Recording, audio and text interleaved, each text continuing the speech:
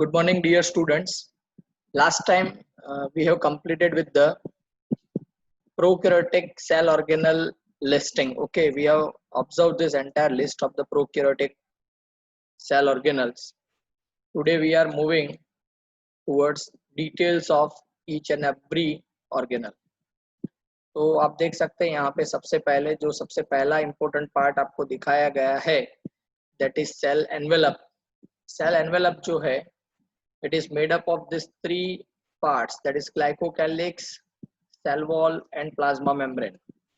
Okay तो यहाँ पे आप देख सकते हैं ये तीन चीजें जो हैं एक साथ मिलके सेल का पूरा एनवेलप बनता है. एनवेलप का मतलब क्या होता है? कवर. ओके सो क्या बता रहे हैं इसके बारे में? It is chemically complex protective covering. Okay तो प्रोटेक्टिव कवरिंग है, सेल को हर तरह के प्रॉब्लम से, स्ट्रेस से बचाने का ये ट्राई करता है. It is made up of 3 tightly bound layers. Okay 3 layer यहाँ पे हमें क्लियर कट दिख रहे हैं. ग्लाइकोकैलिक्स जो जनरली कैप्सूल भी कहलाता है, cell wall and then plasma membrane, the innermost layer. Glycocalyx is not compulsory, ये सभी में होना जरूरी नहीं है, लेकिन cell wall and plasma membrane, this two are the minimum requirements you can say. Okay ये कंपलसरी है किसी भी बैक्टीरियल सेल के लिए. Glycocalyx is the outermost layer you can say. Its composition and thickness vary in different bacteria. तो bacteria to bacteria इसका जो composition है ये चेंज होता रहता है जहाँ पे ये ग्लाइकोकैलिक्स प्रेजेंट है वहाँ पे. It may be a slime layer, okay, which is a loose sheet. Okay तो एकदम लूज मेम्ब्रेनस आपको स्लाइम लेयर भी देखने मिल सकता है जो जिलेटिन का बना हो सकता है. और capsule which is thick and tough. Okay तो जो कैप्सूल है वो स्लाइम लेयर से थिक है और टफ भी है, और उसका बहुत रोल है किसी भी बैक्टीरिया को पैथोजेनिक बनाने के लिए. ओके ये आप 12th में भी पढ़ने वाले हैं ये concept. Okay so it is being one of the important part. Okay ये नीट क्वेश्चंस बन सकते हैं आपके लिए, slime layer and capsule. Now the second layer, that is middle layer. Okay glycocalyx के ठीक बाद ये लेयर होता है middle layer, which is seen in all prokaryotes. Okay ये सभी प्रोकैरियोट्स में आपको देखने मिलता है. It gives shape to the cell and provides a structural support to prevent the bacterium from bursting or collapsing. Okay तो ये जो आपको दिख रहा है सेल वॉल, येलो कलर का पूरा जो आपको यहाँ पे दिखाया गया सेक्शन में. ओके ये जो सेल वॉल है ये किसी भी बैक्टीरियल सेल को एक पर्टिकुलर शेप प्रोवाइड करता है, साइज प्रोवाइड करता है. जैसे हमने 4 अलग अलग तरह के शेप कॉमन देखे हैं, वैसे ही सभी बैक्टीरिया के लिए शेप और साइज जो है वो डिफाइन करने का काम सेल वॉल करता है. And it provides structural support. Okay structural support provide करता है किसी भी सेल को, और उसकी वजह से जो बैक्टीरिया है वो प्रोटेक्टेड रहता है फ्रॉम बर्स्टिंग. मतलब कभी भी आयनिक सॉल्यूशन चेंज हो जाए, बिकॉज बैक्टीरिया जो है वो ज्यादातर आपको देखने मिलेंगे एक्वियस में. ओके तो सेल्स में अगर ऑस्मोसिस या ऐसा प्रॉब्लम क्रिएट होता है तो उससे उसको बचाने का काम भी सेल वॉल करता है. Okay so that's why cell wall is being one of the most important part of bacterial cell. Third and the innermost layer, that is plasma membrane. तो प्लाज्मा मेम्ब्रेन के बारे में आपको यहाँ पे क्या बता रहे हैं? It is semi permeable. Plasma membrane जो होती है वो सेमी परमिएबल होती है. और सेमी परमिएबल का मतलब होता है, परमिएबल तो है लेकिन सेमी परमिएबल. इसका मतलब क्या होता है? So it will allow the molecules to pass from. Okay मतलब मॉलिक्यूल को अंदर या बाहर आने और जाने के लिए ये अलाउ तो करता है, लेकिन इट इज सिलेक्टिव. सिलेक्टिव का मतलब ये प्लाज्मा मेम्ब्रेन डिसाइड करेगा on the basis of the requirement of the cell कि किस मॉलिक्यूल को अंदर आने देना है, किस मॉलिक्यूल को बाहर जाने देना है. That's why it is called semi permeable. This is structurally similar to that of the eukaryotes. तो ये बहुत बड़ा ब्रेक थ्रू है कि जो बैक्टीरियल सेल है मतलब प्रोकैरियोटिक सेल, वो यूकैरियोटिक सेल से वैसे तो हर तरह से अलग है, लेकिन with regard to the plasma membrane, it is similar to the eukaryotic cell. मतलब plasma membrane जो है वो prokaryote और eukaryote में completely similar है.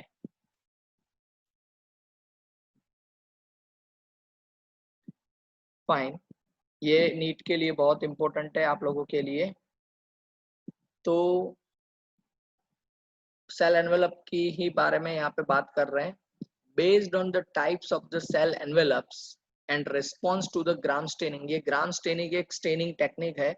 जनरली हम बैक्टीरिया को नेकेड आई से वैसे नहीं देख सकते हैं, माइक्रोस्कोप में देखना पड़ता है. लेकिन while we are applying those bacteria to the microscope field, okay, तो उनको भी एक पर्टिकुलर कलर प्रोवाइड करना पड़ता है, मतलब उनको स्टेन करना पड़ता है, यू कैन से डाई करना पड़ता है. ओके, यहाँ पे आपको जो बैक्टीरिया दिख रहे हैं पर्पल और ब्लू कलर के, ये नेचुरली इस कलर के नहीं होते हैं, दे आर कलरलेस. कुछ बैक्टीरिया हैं जो पिगमेंट प्रोड्यूस करते हैं, उनको देखने के लिए फिर ज्यादा जरूरत नहीं पड़ती है. लेकिन बैक्टीरिया जो है उनका ग्राम स्टेनिंग बहुत इंपॉर्टेंट है. और ग्राम स्टेनिंग जो है ये मेथड एक साइंटिस्ट ने डेवलप किया हुआ है जिसका नाम है क्रिश्चियन ग्राम. ओके, क्रिश्चियन ग्राम ने ये ग्राम स्टेनिंग मेथड डेवलप किया है. तो ये नीट क्वेश्चन है आपके लिए. और उसके हिसाब से दो तरह के बैक्टीरिया होते हैं, ग्राम positive bacteria and gram negative bacteria. तो जो ग्राम पॉजिटिव बैक्टीरिया है, अब ये पॉजिटिव और नेगेटिव का मतलब चार्ज से नहीं है. जैसे हम आयन्स बोलते हैं ना, positive ion, negative ion, north pole, south pole, positive pole, negative pole, ऐसे नहीं है. ओके, तो ग्राम पॉजिटिव बैक्टीरिया जो है they take up and retain the gram stain. Okay, तो ग्राम पॉजिटिव बैक्टीरिया क्या करते हैं, ये जो ग्राम स्टेन है ब्लू कलर का या पर्पल कलर का, उसको रिटेन करते हैं और उसकी वजह से ये बोला गया है दे आर पॉजिटिव. दूसरे हैं ग्राम नेगेटिव बैक्टीरिया, तो ये ग्राम स्टेन को रिटेन नहीं करते हैं, इसीलिए इनको बोला गया है ग्राम नेगेटिव. जो ग्राम पॉजिटिव बैक्टीरिया है वो ब्लू या पर्पल कलर के दिखते हैं, और जो ग्राम नेगेटिव बैक्टीरिया है वो पिंक कलर के दिखते हैं आफ्टर स्टेनिंग प्रोसीजर.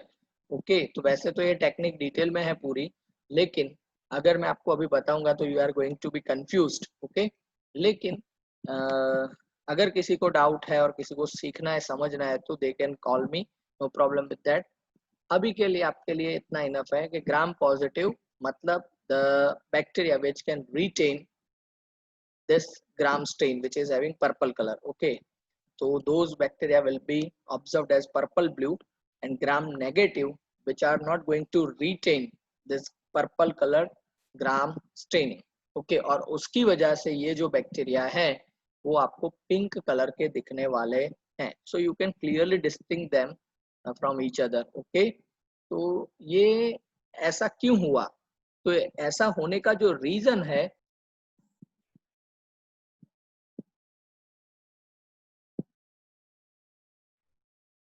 ओके, तो जो सेल एनवेलप है उसकी वजह से ये चेंज हो रहा है. Okay, otherwise all the bacteria are having this particular cell wall and plasma membrane. लेकिन सेल वॉल के कंपोजिशन में थोड़ा बहुत प्लस माइनस रहता है, और उसकी वजह से कुछ बैक्टीरिया ग्राम पॉजिटिव हैं, कुछ बैक्टीरिया ग्राम नेगेटिव रह जाते हैं. So you can see over here Escherichia coli gram negative है बैक्टीरिया.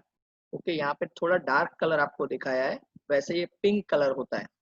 और जो स्टेफाइलोकोकस ऑरियस है दैट इज ग्राम पॉजिटिव, वो पर्पल ब्लू कलर के दिखते हैं. ओके, तो यहाँ पे आपको दो तरह के बैक्टीरिया दिखाए गए हैं. Okay,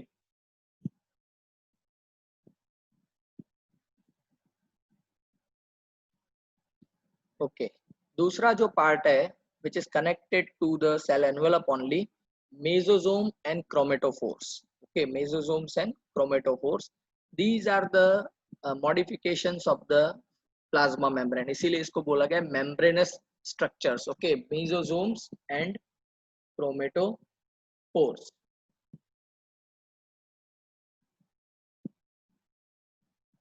Fine, so you can look into this mesosome.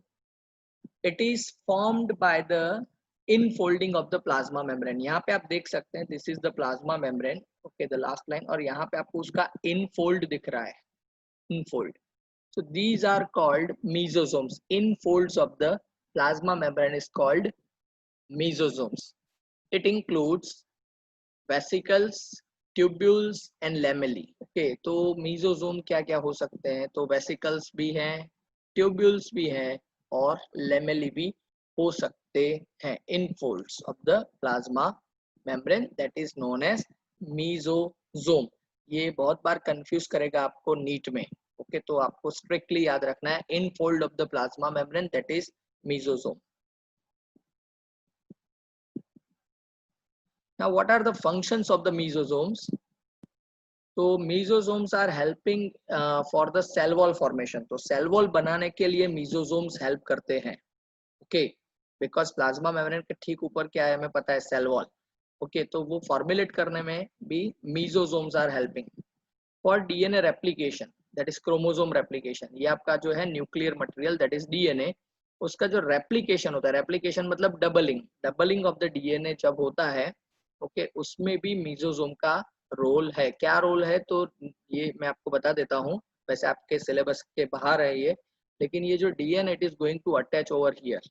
Okay और यहाँ पे अटैच होता है जब उसके बाद रेप्लिकेशन का साइकिल शुरू होता है. For distribution of the chromosomes to the daughter cell. Okay, मतलब after doubling that is replication of the DNA, फिर ये बैक्टीरिया जो है वो बाइनरी फिजन में जाएगा. ये आप 10th में पढ़ चुके हैं बाइनरी फिजन. तो ये बैक्टीरिया बाइनरी फिजन में जाएगा, मतलब एक में से दो डॉटर सेल बनने वाले हैं. तो आप देखिए यहाँ पे न्यूक्लियर डीएनए जो है ये वाला, ये डबल हो गया तो उसका एग्जैक्टली कार्बन कॉपी बना होगा, और एक कॉपी आपका जाना चाहिए एक सेल में और दूसरा जाना चाहिए दूसरे सेल में. तो उसका इक्वल डिस्ट्रीब्यूशन करवाने के लिए भी mesosomes are helpful. Okay, so mesosomes are really very important body of the, or you can say part of the bacterial cell. For respiration and secretion of the bacterial cell. Okay, तो respiration के लिए भी mesosome is helping, as well as अगर bacterial cell कुछ secrete कर रहा है तो उसके secretion में भी mesosomes are helpful. To increase the surface area of the plasma membrane and enzymatic content. तो ये उसका पांचवा फंक्शन है. बिकॉज वी नो दैट ऐसे सरफेस जा रहा था तो आइडियली जरूरत तो इतनी थी, अभी जितना कर्सर दिख रहा है उतनी, लेकिन ये इनफोल्ड होने की वजह से सरफेस एरिया बढ़ गया. और ऐसे अगर 3-4 मेसोसोम्स हैं यहाँ पे तो ऐसे सरफेस एरिया अगर बढ़ जाएगा प्लाज्मा मेम्ब्रेन का, तो एक तो उसका सिक्रीशन का पावर भी बढ़ सकता है क्योंकि सरफेस एरिया बढ़ गया है, और एंजाइमेटिक कंटेंट भी सेल का बढ़ने वाला है because of the presence of the mesosome. तो ये कुछ फंक्शंस है. नीट क्वेश्चन इसमें से बहुत अच्छा बन सकता है. ओके मेसोसोम के रिलेटेड, मतलब which of the following is not a function of mesosome, ऐसे करके आपको ऑड वन आउट वाला क्वेश्चन पूछ सकते हैं. So keep in your mind please.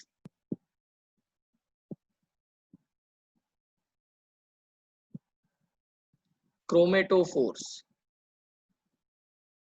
सो जो क्रोमेटोफोर्स है, क्रोमेटो का मतलब होता है colour, phores colour bodies. Okay coloured bodies.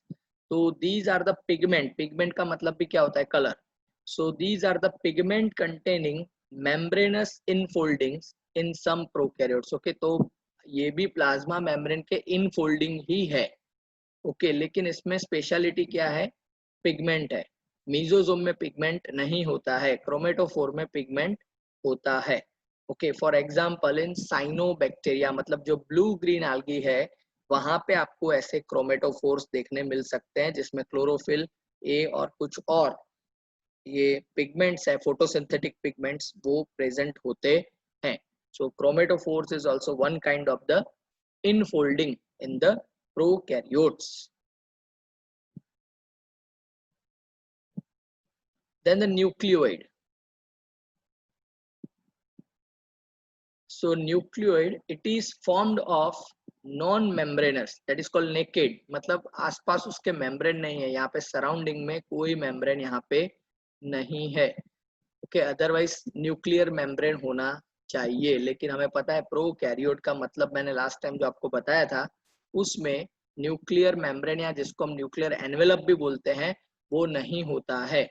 So non-membranous that is called naked circular genomic DNA. Okay, circular है, ये भले थ्रेड जैसा लगता है लेकिन इसको आप ओपन अप करोगे तो वो सर्कल ही होगा, बहुत बड़ा सर्कल होगा ये। Okay, circular genomic DNA which is a single chromosome. जैसे ह्यूमन में हमें पता है 23 पेयर्स ऑफ द क्रोमोसोम्स हैं, लेकिन बैक्टीरिया में ऐसे नंबर नहीं है, वहां पे सिर्फ एक ही क्रोमोसोम है, सिंगल क्रोमोसोम। ओके, और you can say single genomic DNA as a genetic material. Okay, और न्यूक्लियोइड बोला है तो उसके साथ साथ कुछ प्रोटीन भी अटैच वहां पे रहते हैं, मतलब यहाँ पे डीएनए के साथ कुछ प्रोटीन्स भी हैं जो डीएनए की एक्टिविटी में काम आते हैं। Okay, so nucleoid, it is a formed of non-membrane bound or non-membranous naked circular genomic DNA। Okay, ये आपको याद रखना है। और दूसरा जो है यहाँ पे जो हाईलाइट कर रहे हैं दैट इज प्लाज्मिड। तो आप देख सकते हैं सभी के पास नहीं, मैंने लास्ट टाइम भी बताया था सभी के पास नहीं, but many bacteria have small circular DNA that is called plasmid. यहाँ पे आप देखिए this is also plasmid and this is also plasmid. Okay, plasmid के नंबर 1 से लेके हंड्रेड्स ऑफ हो सकते हैं, लेकिन कुछ बैक्टीरिया ऐसे भी हैं जिसमें प्लाज्मिड नहीं भी होता है। Okay, it is not compulsory requirement of bacterial cell. So many bacteria have small circular DNA that is plasmid outside the genomic DNA. It gives some unique phenotypic characters। तो plasmid का काम क्या है, सभी के पास नहीं है लेकिन कुछ के पास है, जिसके पास है उसके लिए उसका रोल क्या है, तो ये कुछ यूनिक कैरेक्टर्स प्रोवाइड करता है। फिनोटाइपिक कैरेक्टर का मतलब होता है जो आप ऑब्जर्व कर सकते हैं, ऐसे कैरेक्टर्स वो बैक्टीरिया को प्रोवाइड करता है। जैसे कि रेजिस्टेंस टू एंटीबायोटिक, तो ऐसे कुछ बैक्टीरिया होता है जिसको एंटीबायोटिक की कोई इफेक्ट ही नहीं होती है, ज्यादा नहीं इफेक्ट नहीं होती है, तो that is called resistance power to the antibiotic. Okay, तो ये जो है ये बैक्टीरिया को प्लाज्मिड जो है ये रेजिस्टेंस पावर प्रोवाइड करता है। ओके, तो सिर्फ ऐसा ही नहीं है, ये तो उसका एक रोल है, लेकिन उसके अलावा भी प्लाज्मिड के बहुत सारे रोल हैं जो बैक्टीरिया को वो कन्फर करता है। ओके, लेकिन यहाँ पे आपको एंटीबायोटिक रेजिस्टेंस के बारे में एग्जांपल दिया गया है। Okay, so it is a plasmid भी एक स्मॉल सर्कुलर डीएनए है, बहुत छोटा होता है compare to this genomic DNA. Compare to this genomic DNA it is very small.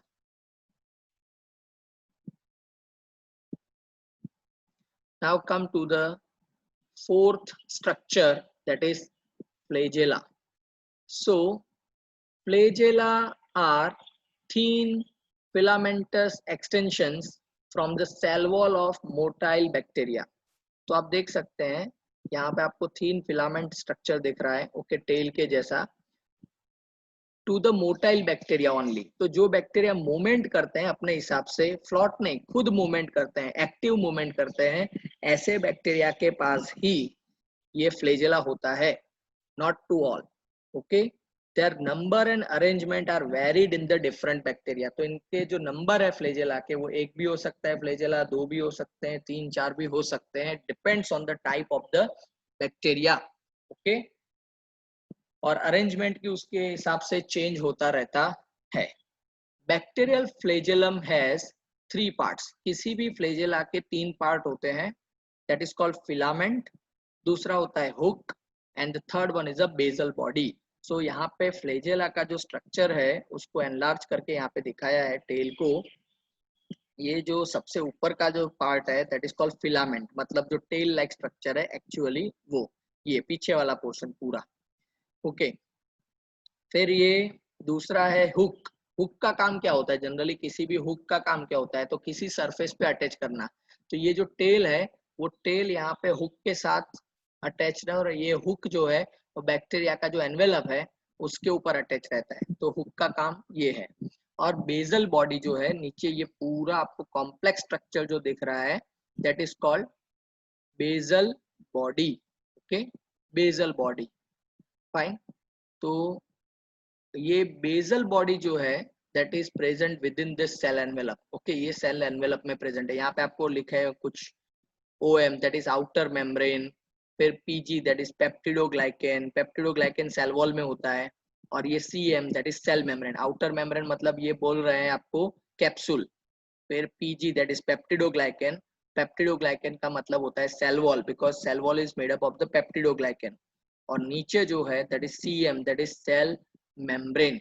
Okay, तो ये पूरा जो है basal body it is embedded into the this cell envelope. मतलब आप समझिए नेचर ने कितना सोचा है यहाँ पे, कि यहाँ पे पूरा फ्रेमवर्क दिया है।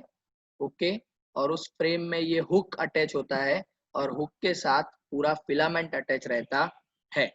Okay, so the filament is the longest portion. आप देखिए फिलामेंट सबसे लॉन्ग है and extends from the cell surface to the outside. Okay, तो जो फिलामेंट है वो सबसे लॉन्गेस्ट है and it x tends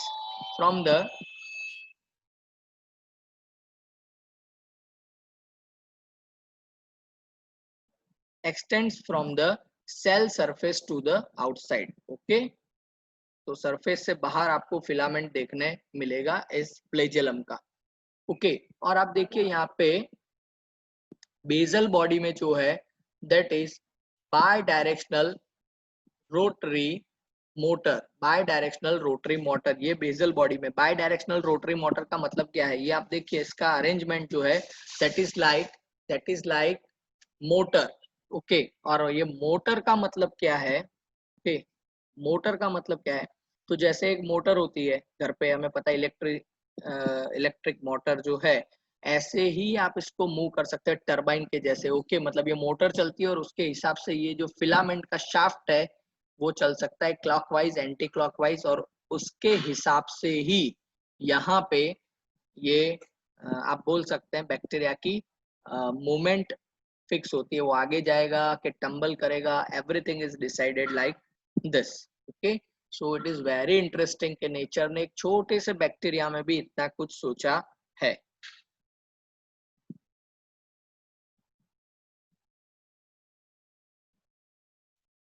now the fifth part that is पिली एंड फिम्ब्री। तो आप देख सकते हैं पिली एंड फिम्ब्री। ओके, ये आपको जो दिख रहे हैं, सी ये बड़े तीन जो आपको दिख रहे हैं दीज आर द फ्लेजेला। फिर ये आपको जो दिख रहा है थोड़ा लॉन्ग एक्सटेंशन जो है दैट इज पिलस।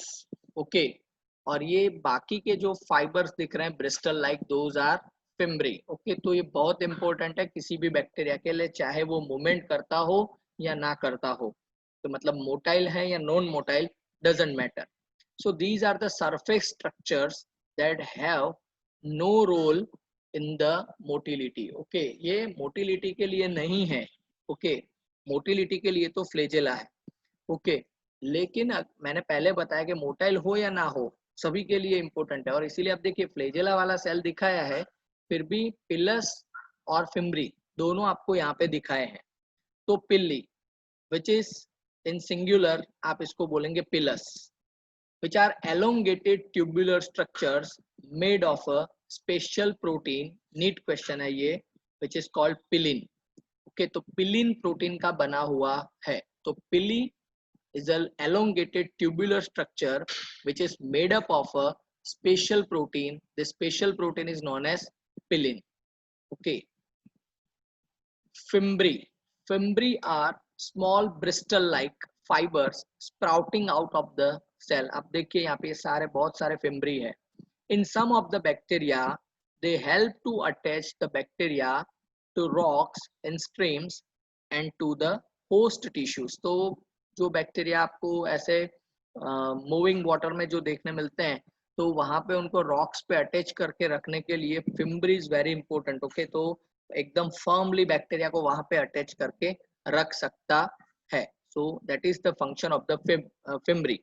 पिली का जो काम है which is made up of the pilin, ये वैसे तो जनरली यहाँ पे लिखा है सेक्स पिलस, मतलब बैक्टीरिया में एक तरह का एक सेल डिवीजन आता है जो आप चैप्टर नंबर 2 में भी पढ़े हैं। Okay, that is called conjugation.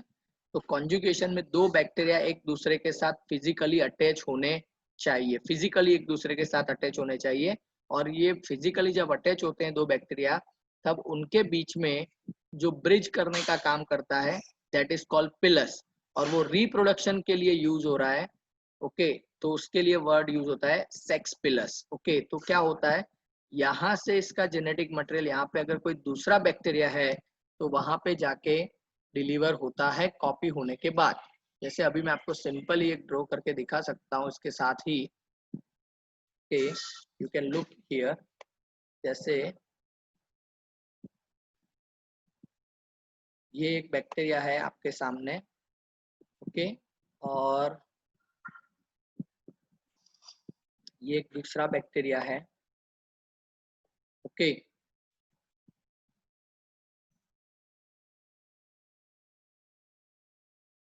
और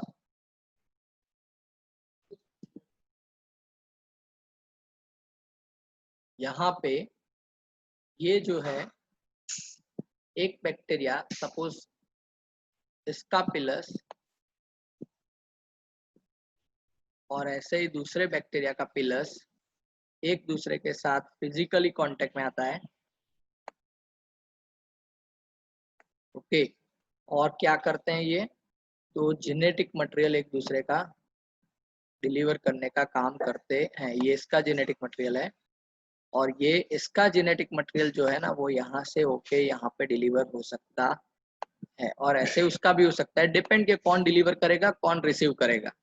ओके, तो ये बीच में जो है दैट इज पिलस ब्रिज, ये जो बीच में था that is pillars bridge. Okay, और ये एक एक टाइप का रिप्रोडक्शन है, इसीलिए ऐसी पिलस को बोला गया है सेक्स पिलस। आई होप कि आपको ये कंफ्यूजन क्रिएट हो जो हुआ होगा शायद ये सॉल्व हो गया होगा। ओके, कि पिलस का क्या रोल होता है। So up to this fimbriae and pilus we have completed. यहाँ पे दो इंपॉर्टेंट नीट क्वेश्चंस आपने सॉल्व किए हैं। Fine, now we are moving towards the next one,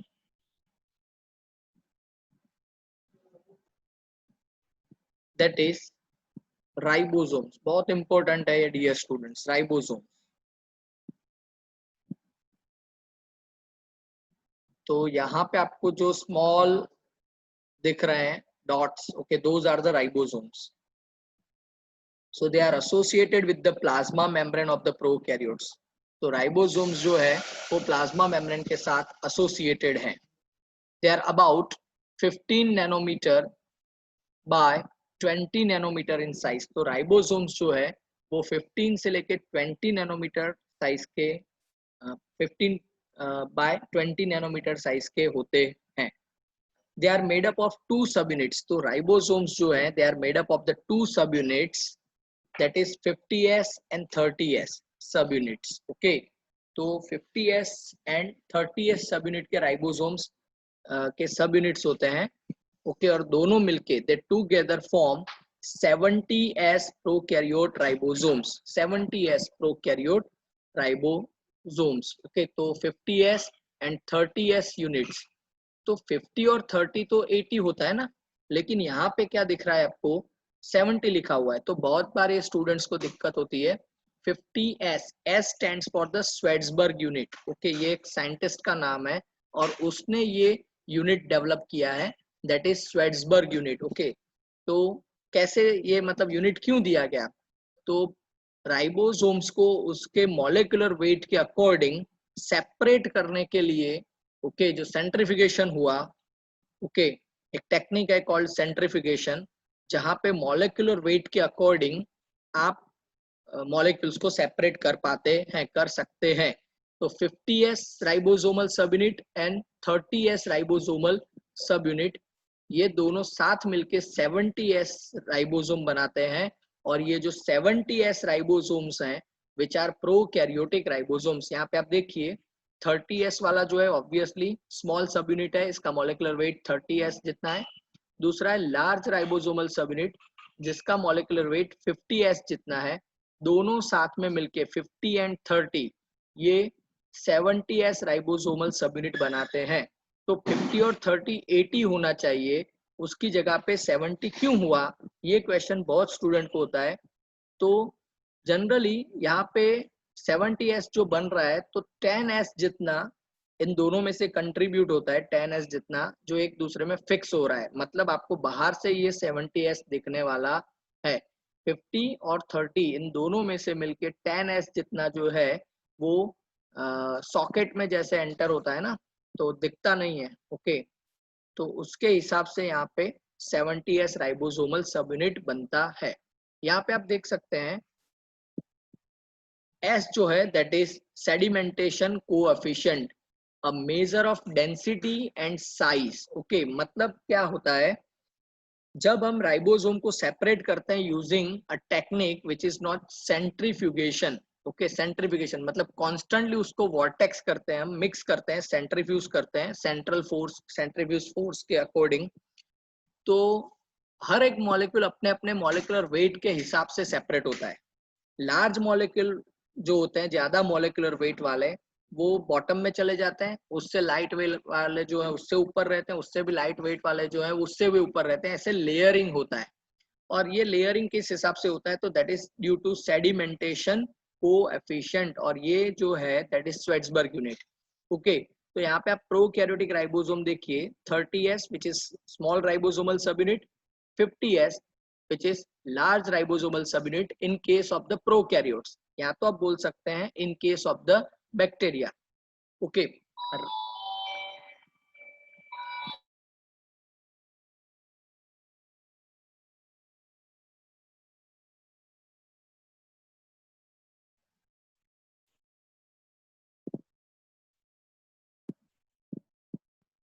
fine. So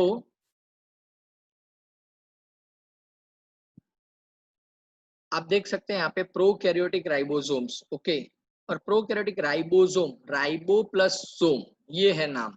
ribo का मतलब होता है राइबो न्यूक्लिक एसिड, मतलब आरएनए, और सोम जो है उसका मतलब होता है प्रोटीन बॉडी। ओके, राइबोसोम जो वर्ड है, this one, it is made up of two words. Okay, दो वर्ड्स के कुछ फॉर्म को यहाँ पे यूज किया गया है। Ribo that is from RNA and जोम दैट इज फ्रॉम प्रोटीन। तो इसका मतलब ये है, जो राइबोसोम्स होते हैं वो दो चीजों के बने हुए हैं, जिसमें आरएनए भी है और प्रोटीन भी है।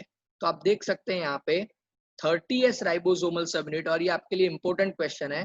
30s राइबोसोमल सब यूनिट जो है उसमें आप देख सकते हैं 16s आरएनए।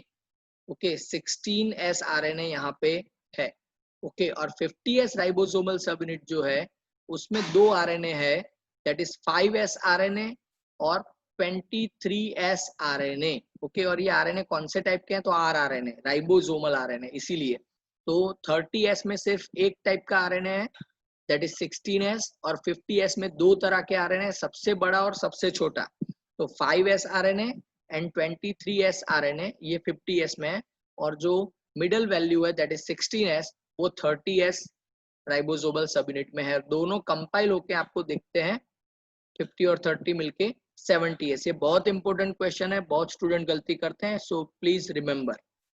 इसके सामने यहाँ पे कंपैरिजन में, भले ही हम अभी प्रोकैरियोटिक सेल पढ़ रहे हैं, लेकिन यूकैरियोटिक का भी कंपैरिजन दिया है, ताकि आपको कोई क्वेरी अगर है तो वहीं पे सॉल्व हो जाए।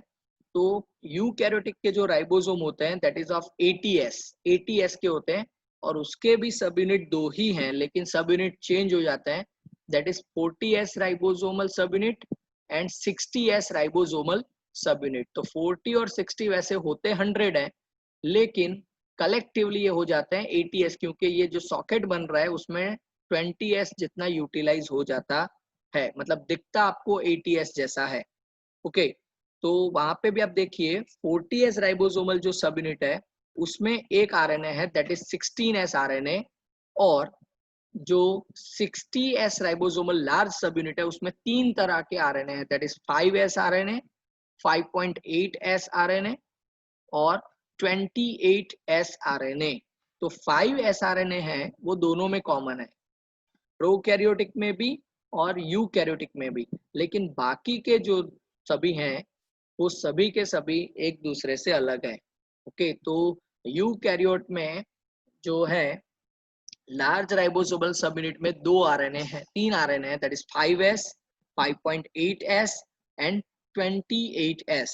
जबकि जो स्मॉल राइबोसोमल सब यूनिट है यूकैरियोट में उसमें एक ही है, जस्ट लाइक प्रोकैरियोट, लेकिन मॉलिक्यूलर वेट चेंज हो रहा है, दैट इज 18s। तो यह भी जो है that is based on the molecular weight. आप देखिए मॉलिक्यूलर वेट के हिसाब से यहाँ पे साइज चेंज हो रहा है। ओके, तो ये इंपॉर्टेंट है, थोड़ा आपको कंफ्यूज कर सकता था, लेकिन I have tried my best कि आपको समझ में आए। Now what are the functions of the ribosomes? तो ribosomes are the sites of the translation, that is protein synthesis.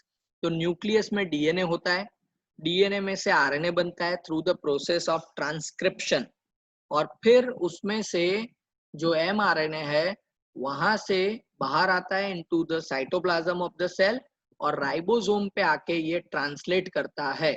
मतलब प्रोटीन सिंथेसिस का जो साइट है that is ribosome. Okay, several ribosome may attach to a single mRNA to form a chain called polyribosome, or you can say polysome.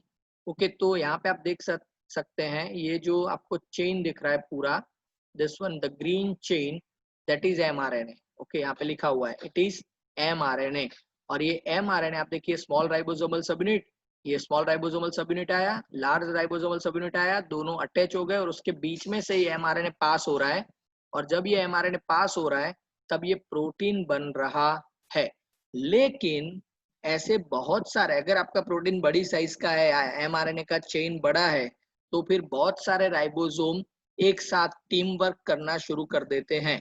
और एक ही mRNA के ऊपर आप देखिए, जैसे यहाँ पे आपको दिख रहा है, एक ही एमआरएनए के ऊपर बहुत सारे राइबोसोम अटैच हो जाते हैं और एक पूरा बीड्स ऑन स्ट्रिंग जैसा स्ट्रक्चर दिखता है। जैसे कैसा एक चेन बन रहा है। ओके, यहाँ पे बीड्स हैं और ये चेन है, बीड्स और स्ट्रिंग, बीड्स और स्ट्रिंग, ऐसा स्ट्रक्चर बनता है जिसको बोला जाता है पोलीराइबोसोम। और इन शॉर्ट आप इसको पोलीजोम भी बोल सकते हैं। Ribosomes of a polysome translate the mRNA into proteins. आप देखिए पोलीजोम वाले जो राइबोसोम्स हैं वो एमआरएनए को प्रोटीन में कन्वर्ट करने का ट्राई कर रहे हैं। मतलब ये एमआरएनए तो एमआरएनए ही रहेगा, लेकिन उसको रीड करके वहां से ये प्रोटीन बनाते हैं। That you are going to study in 12th standard. ये कैसे होता है पूरा चैप्टर है इसके ऊपर। तो ये पॉलीपेप्टाइड चेन जो बोला है that is actually protein. Okay, तो ये फंक्शंस है राइबोसोम के। Now come to the last point, that is inclusion bodies. So these are non-membranous stored reserve material seen freely in the cytoplasm of the prokaryotic cell. तो ये जो inclusion bodies है ये membranous नहीं है, membrane बिना की bodies है। Okay, stored the reserve material को स्टोर करने का काम करते हैं। मतलब जो रिजर्व फूड है उसको स्टोर करने का काम करते हैं। और ये जो है ये साइटोप्लाज्म में आपको फ्रीली अवेलेबल होते हैं। आप देख सकते हैं यहाँ पे purple, light purple, blue colour के आपको दिखाए गए। These are the inclusion bodies. For example phosphate granules, मतलब फॉस्फेट वाला ग्रेन्यूल है। ओके, देन साइनोफाइसिन ग्रेन्यूल्स, ये सारे ग्रेन्यूल्स हैं। ग्लाइकोजन ग्रेन्यूल्स, ये सभी क्या है, न्यूट्रिएंट्स है। Glycogen, cyanophycin, phosphate, gas vacuoles. Okay, ये gas vacuoles are found in blue green and purple green photosynthetic bacteria. तो जो गैस वैक्यूल्स है ये आपको ब्लू ग्रीन algae और पर्पल ग्रीन जो बैक्टीरिया है उसमें आपको देखने मिल सकते हैं गैस वैक्यूल्स। ओके, तो ये बहुत इंपॉर्टेंट क्वेश्चन है आपके लिए। ये मैंने पहले ही बताया कि आपके लिए बहुत सारे क्वेश्चंस जनरेट करने वाला चैप्टर है। ओके, और आप इसको सीरियसली पढ़िए, आपको बहुत हेल्प करने वाला है। सो डियर स्टूडेंट्स, आज हम यहीं तक रखेंगे। इसके बाद हम नेक्स्ट सेशन में स्टडी करेंगे टुमारो अबाउट यूकैरियोटिक सेल। आज हम यहीं पे खत्म करते हैं आज का lecture. Okay, if you have any doubts, any queries, any questions, okay, you can call, you can WhatsApp me. Okay, I will try my best to solve your doubts. Okay, so till then I'm ending this session.